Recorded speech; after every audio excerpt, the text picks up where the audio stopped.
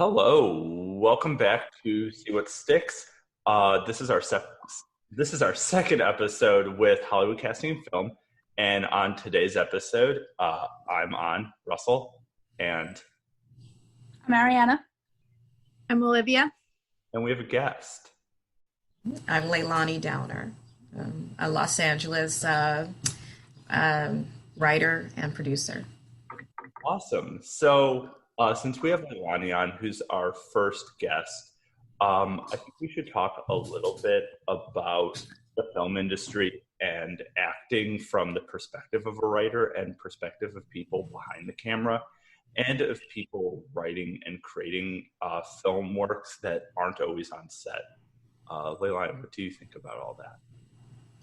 Well, I think that, we live in a time where things are really accessible to any kind of a filmmaker, whether you're a writer, a producer, director, or even, an actor, because, the technology's there and, if you have an idea or if there's something that you want to see yourself in, I think that, if you have the bandwidth for it, it's a good idea to explore it and see what you can bring together.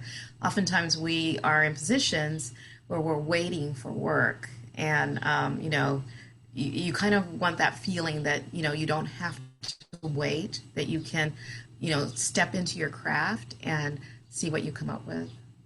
Yeah, for sure.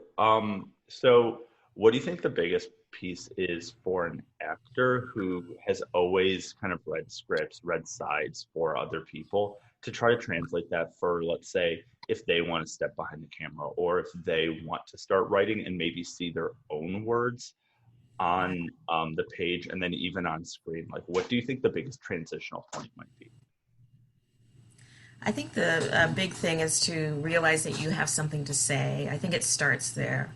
And I know for a lot of actors who get sides and, they go out for parts or they may get parts and they may be on set,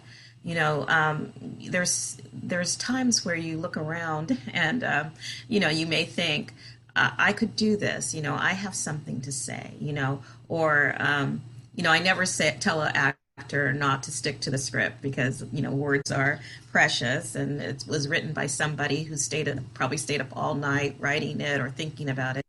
But I think that there are times when, as an actor, actors definitely do bring things to the project. They can make a good script even better.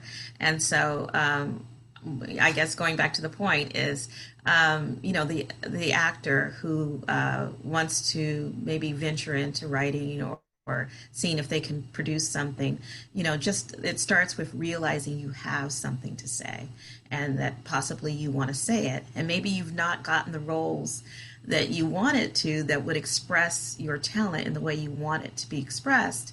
So that's another jumping off point of saying, what can I know me, and what can I create for me that would, show off all I can do.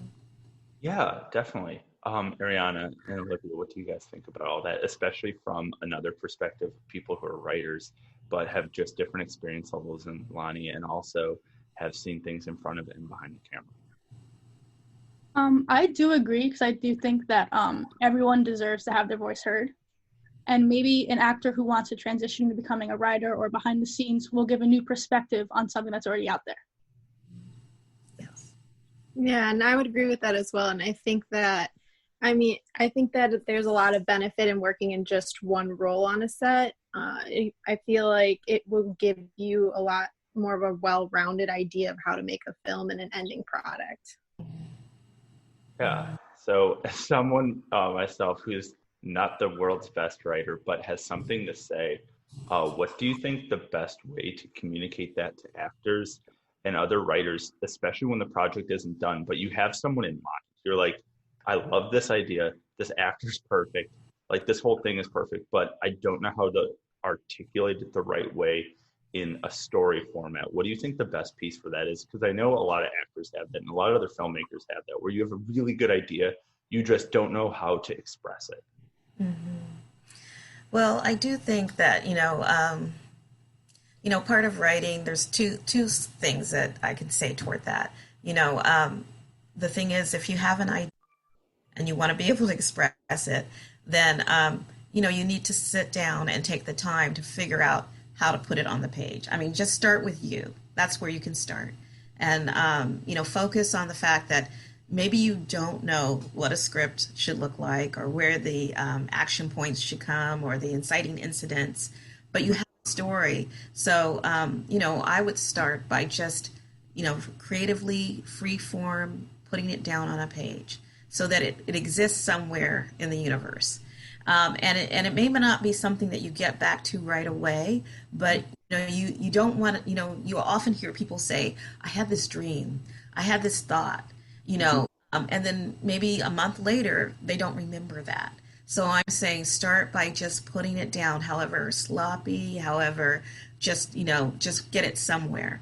And then secondly, what I would do is I would do my homework and try to find somebody who I could collaborate on my idea with. And that somebody maybe should be a writer. You don't want somebody who has the same talent coming along with you because you've got the idea and you're putting it down, but you want somebody who can come and express it and take it to another level. So you have to find that person. And there's ways you can do that. Yeah, for sure. And then on our last podcast, we had this whole discussion about what Hollywood is maybe going to look like on the other side of the whole COVID thing. And there was a whole point to that with maybe smaller films will become the norm and less romance scenes and maybe just a different way to tell a story. And then in the last few weeks, a lot of political movements have sprung up in the wake of a lot of people around the world realizing huge problems that are happening with the police in the US. Right. What do you think that's going to do to affect the way we see police in movies and the way we see just people who look different than maybe myself? Right. I think that there can be a lot of positives that can arise from this, and for filmmakers especially, for different kinds of voices. I think, I'll say it, we're going through Black Lives Matter right now, but I think that it will open up for other people of color as well, to tell their stories and to be real about them and to find the voices that are out there. That's why that, actor who wants to write, or wants to produce something, their voice matters, their history, their stories, their families, so that's going to be a very positive thing. I think for the short filmmaker or the independent filmmaker, this is kind of like your season because studios are coming up with different plans of how to create, films. And you're right, it's going to be smaller crews. It's going to be less crowd scenes. Those intimate types of stories are going to have a platform now. Not that they didn't, because independents win a lot of Oscars, but the ability to tell a story, a rich story in a small space, is going to be paramount for a long time to come, so we could hit a different kind of a season in filmmaking because of that. Yeah, and then a question I think I'm going to pose to everybody is, I know it's blown up before, but in probably the early 2000s to 2010s, indie music kind of became huge and a piece of what pop culture is, where people are like, oh, I like indie rock and stuff like that. I think that may start to happen in cinema because the way I guess I see cinema a lot, and it's a little different for the Oscars, but if you're going to go to an AMC when movie theaters reopen, it's a lot of pop films or pop music equivalent to movies where it may be the Avengers or even A Shape of Water. It's something a little more under the radar, but still super mass appeal to some extent. What do you all think about something like that, where it's going to be this emergence of indie films where people start to say, oh, my favorite movie is this one made by 11 people that kind of came out of nowhere, same as some of these bands that literally make music out of their garage on an iPad or on 2 MacBooks and they blow up. So what do you all think about that as probably what's going to start happening? Yeah, I think that personally, I think that that will start happening. You know, people will be creative. You know, they'll be creative in how they move forward. And I think, you know, right now people are a little leery about what it's going to look like. Change is always hard, you know, in whatever form it comes. But I do believe, you know, you're right, Russell, that there'll be those gems that will, kind of like change the shape of what Yeah, we see. for sure. Ariana and Olivia, what do you guys think about that, especially as other indie filmmakers? Yeah, I think a lot of people will be coming into more of the indie filmmaking area because a lot of people kind of stay away from it or they don't know much about it, but this is going to make it rise to the top. And then along with the filmmaking, I think, you know, everyone's saying like drive-in movie theaters are going to come back. So that's going to be another way of people seeing your film. Instead of it sitting in a nice seat, you're going to be sitting in your car watching it on probably an even bigger screen. Yeah. And remember with drive-ins, you probably don't remember, but you know, I remember drive-ins, and they used to do double features. So Hmm. you can have that indie film on top of, you know, let's say a studio pole tent film, a huge film. So you know, the marrying of the two could very much happen. Yeah, definitely. And I know Olivia might have a few questions as well about like everything we're talking about. I know Ariana does. Do you all want to like bring that in and ask? Yeah, and before I get into that, back to the other point, I guess I wanted to point out how streaming platforms, this is definitely going to be their time to shine because a lot of award shows are now accepting streaming, Mhm. especially with the coronavirus, as part of like their submissions. And I think that that has opened up for a lot more voices than you know, the strict studio format. Um, yeah, but a question that I wanted to ask was more so about representation, both, you know, in front of the screen and behind the screen, and how you see that's going to be affected in the future. I know that I'm trying to remember his name, John Boyega, who was really nervous about his career when he made this huge speech about this, and now a lot of directors are falling behind that, saying, "Don't worry, you still have a job." Mhm. And how important, once again, that representation, not just in front of the screen, but behind the screen as well. Right. Well, I definitely think representation is very important for an artist because you know they open doors that can't sometimes are harder to open. They know where projects are and what you know their job is to know what the market is. You know, so it saves the artist a lot of time and very important. But I also think that, you know, our reps, they want to be on the right side of history at the end of the day. And so, you know, the actor that you mentioned, I saw, you know, what he had placed on, I think it was Twitter. You know, everybody's stepping up and saying, I got you. You know, I'm going to hire you. Don't worry about this. The industry wants to be on the right side. And lately, they've been sending out a lot of messaging to that effect. You know, we're gonna look at things differently. We're going to be inclusive. We're going to tell different kinds of stories. You know, it remains to be seen what it looks like on the other side after the all of the shouting dies down. But going back to your question, Olivia, reps are very important. You know, if you have the opportunity to be represented by a good manager or an agent, whether you're on whatever area of the artistry you're in, it's a positive thing. You want somebody on your side, kind of like clearing the path for you. Yeah, and one more thing that especially that you had also brought up was a lot of studios have been making big statements about how they're going to stand with Black Lives Matter, they're going to make changes, and how that's going to look like, which is kind of interesting because, I mean, even Amazon Prime has made that notion, but, you know, their warehouse centers are a different story.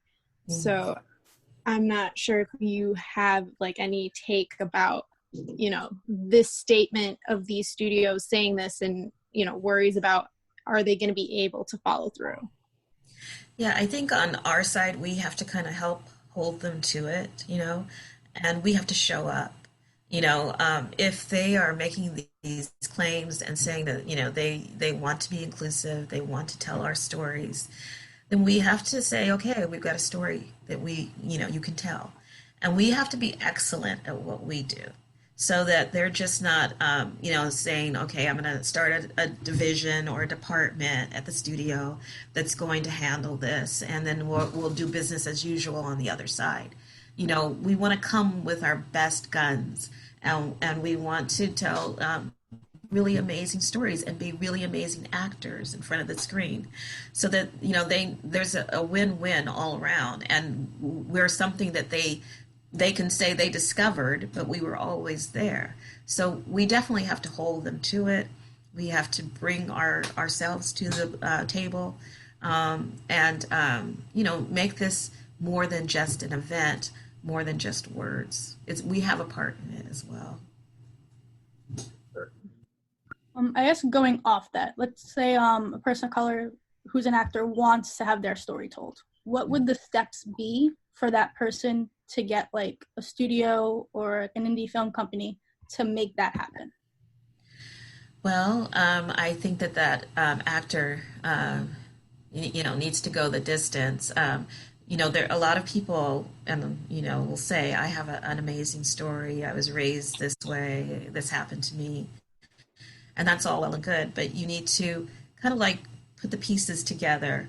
And as any filmmaker, you would find someone who, if you can't, no one person can do everything. So if you're the actor who has a story, you find somebody who can help you put it down on paper, a writer, and then you get a producer. It's all these little pieces.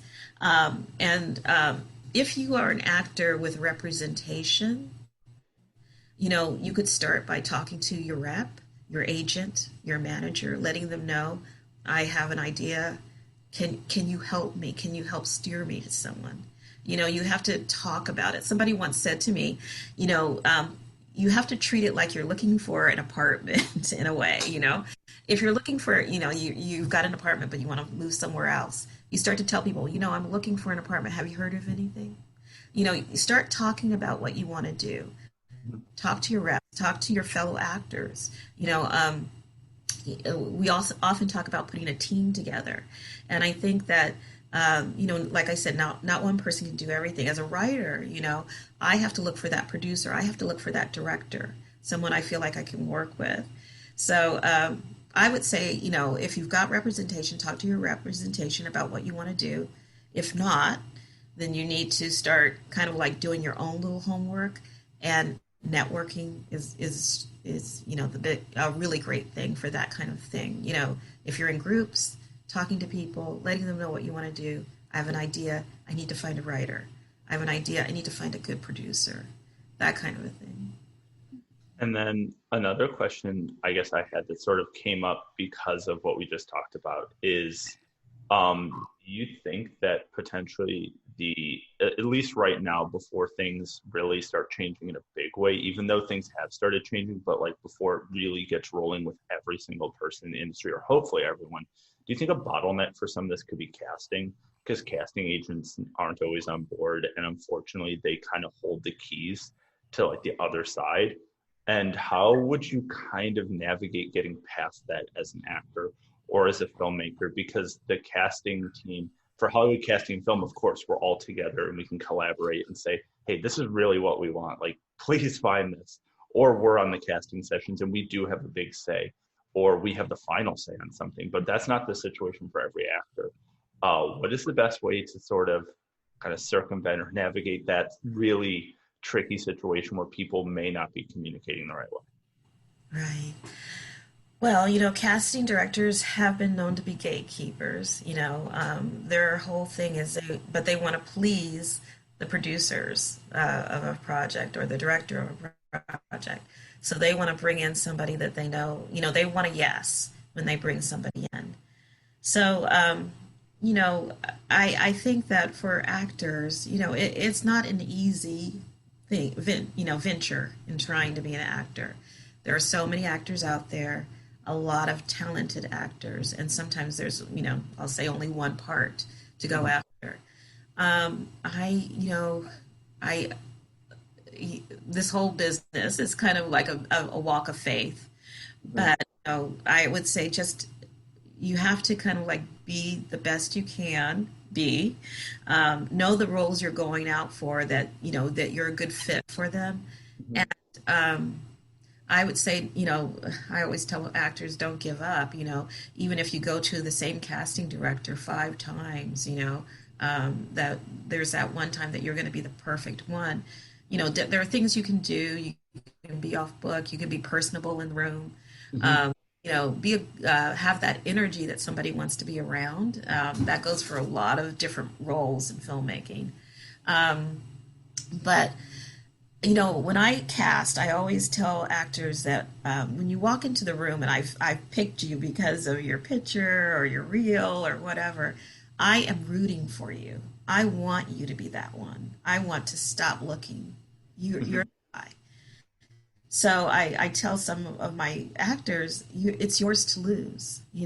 Walk through the door knowing that, I'm excited to see you enter and to hear what you're going to do, see what you're going to do. So I don't know if that answers your question, Russell, but No. Oh, I it does. yeah, I say that, casting directors they are gatekeepers, but they want to find the right person. Just For sure. that's what keeps them in business.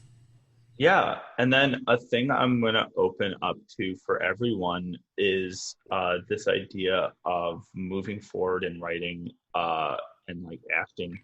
I guess the biggest thing is, what does everyone here want to kind of take advantage of in this like situation, or what do we want to see like change, or the change around us? How do we want to take advantage of that right now, because it is sort of this golden age or re-golden age of Hollywood. And it's just a question for everyone, pretty open-ended question, is like, do you want to really take advantage of it in this way or that way, or in whatever capacity? Um, do you want me to start, Russell? Yeah, no, yeah, whoever wants to start, Okay. start. Okay. I think for me personally, I've worked in television, broadcast television, for the majority of my career. I've done some independent film work and little things here and there. But for me, at this time in my life, I think there's a lot of opportunities, and I want to take advantage of those opportunities. I look around and I see what's on television, I see what's being produced, I see what's being made, and I want to step into some of those arenas. I want to work for some of those streaming companies. So, and if not now, then when is my attitude? Because things are opening up, and there is talk about a commitment that the studios want to make toward telling the kinds of stories that I want to tell. So, this whole series of time we've gone through where we've kind of been hibernating a little bit, you know, Mhm. the idea is, I want to be ready when the doors open. And I want to know what door I want to walk through. So that's what I'm kind of like, looking around at the landscape, and also trying to be creative at a time when there's a little anxiety in the air and a lot of pressure. But, that's where I am right now. Okay, right on. Ariana, Olivia, what do you all think? I feel like right now it's a time for people's voices to be heard and to tell stories that nobody would think of before. Like Mhm. being, stay in place orders, stuck in your house. You have all this time to work, but also to think. So like you might be staring at something and it might trigger an idea that is completely original, and you just write it down on the page, and you hope that someone is willing to take a chance on your story to show something that has never been seen before. For sure. Yeah, and bouncing off of that, I definitely am fortunate enough to have the supports in place to be able to, think about where I want to go within my own career. And I mean, I do want to acknowledge that I'm not, looking for my next paycheck or anything like that. And, you know, take this time to really carve out the stories that I want to do. And I think even for me, just to reflect on why I haven't done that yet and how I can, press forward. For sure. And then another question I have, I guess for Leilani is, would you mind talking a little bit about your career and sort of what has brought you to this place? Sure. So, I didn't come from a family that was in entertainment at all, but I grew up, going to films and watching television. And so, when I was time for me to go to college or, move out of the house, I decided I was going to go to college in Los Angeles because it would be a smoother transition. I was from Northern California. And so anyway, I went to school out in LA. And then after school, I did take a break. I went home because I was very homesick. So I went home for a couple of years. But then I decided if I was going to be in the industry, I had to come back to Los Angeles because that's where the work was. And so I came back to LA. And the job I got was working at a radio station. And I was it was called a sales assistant, but pretty much a secretary. But remember, I told you that I tell people to tell everybody what you really want to do because, you never know who you're talking to. So that's what I started doing. I started talking to people about what I wanted to do. I wanted to work in the industry. I wanted to work on a television show. That seemed more accessible to me. Long story short, I was working, I had to get a second job because I was out here on my own. And I was working at Universal Studios. And I was working on a concession stand. Universal Studios is the theme park. And so this guy came up to, order something from the concession stand. And it was a director that I recognized because I was kind of like all into that and seeing who people were behind the scenes. It was John Landis. Oh. And I recognized him, and I served him, and he walked out of my life. And but I did my homework, and I realized he had a deal at Universal, and so this is before Twitter, before all of that. So I wrote him a note. I actually mailed him a letter saying, "I want to work in the industry. Can you help me?" And he wrote me back and he said, I don't know if you know the story of John Landis and all the things that he went through, but he said, "I'm not in a position to do anything right now." But he said, "I want you to know that keep doing what you're doing. Tell everybody you know what you want to do, and somebody out there is going to help you." And he said, if this was another time, I'd have put you on this movie, or, he told me all this stuff. So anyway, cut to, I know this is a long story, but I'm working at the radio station, and it's the day after the Emmys, and a woman calls the radio station. I'm on the reception desk, and she said, "I didn't want to go to work today, but you played my favorite song, so I just want to say thank you. And can you tell the DJ?" I said, "Thank you." And I said, "Well, where do you work?" And she told me she worked on this television show. They had 11 Emmys. They only won one for editing. She was really depressed. So I said, "Can I come see you?" I asked her if I could have a meeting with her, and I told her what I wanted to do. And so after that, she got me my first job. I was working on a television show called A Different World. It was the Lisa Bonet project when I got on it, a spinoff from The Cosby Show. And so I was the assistant to the executive producer, and I didn't know what I was doing, kind of like a Lucy moment.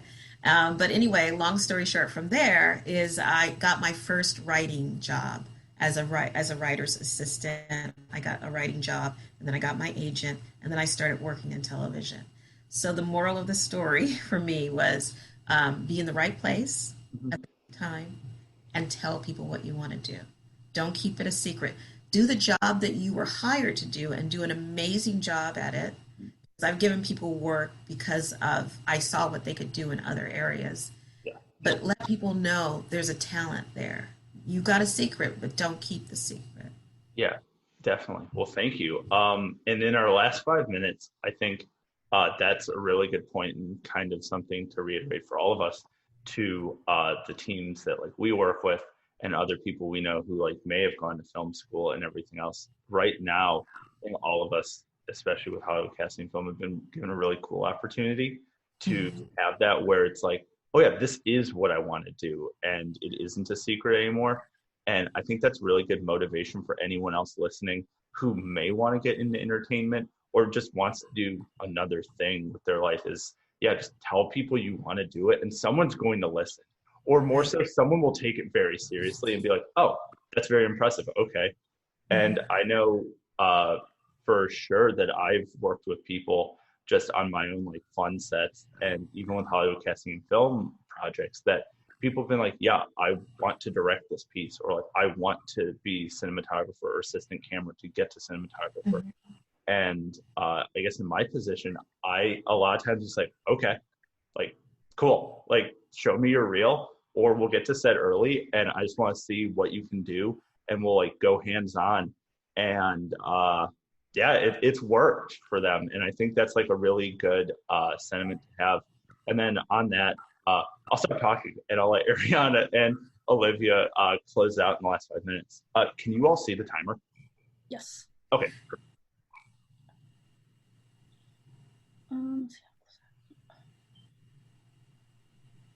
I guess, Leilani, I do have a quick question. Based off of what you're saying, you had to move out to LA for the industry. Do you think that's still current in today's times? I don't. I started a while ago, okay? And production was pretty much Los Angeles and a little bit of New York. And that's not the case. You know, you have some major things happening in Atlanta. You know, a lot of films go into the Midwest. You know, some of the tax credits and for those kinds of reasons. But, you know, people are doing stories that have different looks to them and they want to be different places. There is a lot of production. You know, you don't necessarily have to be in LA. The one thing that LA does give you is access, a little bit more access, and maybe a bit more networking. But where you are today, you can still network. I mean, even HCNF is a great opportunity for you to network with people. And when I talk one-on-one with the different filmmakers, you know, we talk about, you know, trying to contact people or reach out, you know. If they worked with somebody a year ago, send them an email. This is the best time. And it's nothing false about it, but just saying, how are you doing, you know, with all this craziness? Some kind of touch point. That's what Los Angeles gives you. You know, there's always a seminar here or something going on there, but you don't necessarily have to be in LA to work. Sorry about that. The mailman's here. Oh, no, it's totally cool. Olivia, do you have any questions before we wrap up? I do not. Thank you so much. But yeah, so I guess we'll wrap up.